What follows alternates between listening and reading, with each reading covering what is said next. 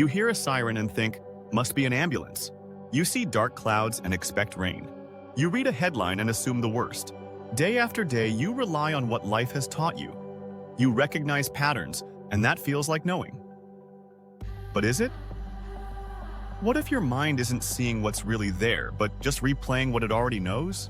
How often do we mistake recognition for understanding? The real question is this: are you seeing clearly, or just seeing again? The materialist cognitive personality is drawn to what's observable, tangible, and repeatable.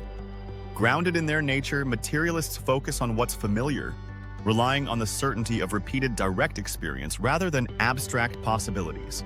But that very strength can limit perception. The tendency is to explain the unknown by matching it to something already known.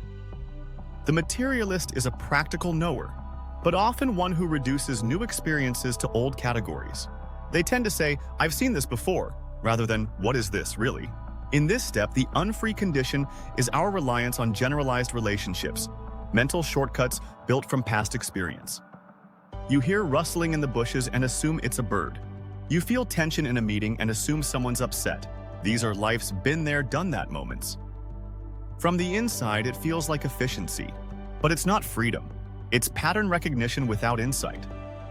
You're not seeing what's present, you're imposing what's familiar. The step to freedom begins when we stop asking, "What does this remind me of?" and start asking, "What concept actually explains this?" This is the conceptual search, an active engagement with reality that goes beyond the obvious.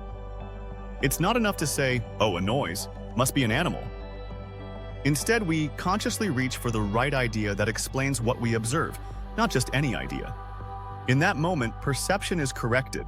We're no longer interpreting the world through stale filters. We're seeing with fresh eyes and thinking that's truly our own. This step trains a vital cognitive skill: corrected perception.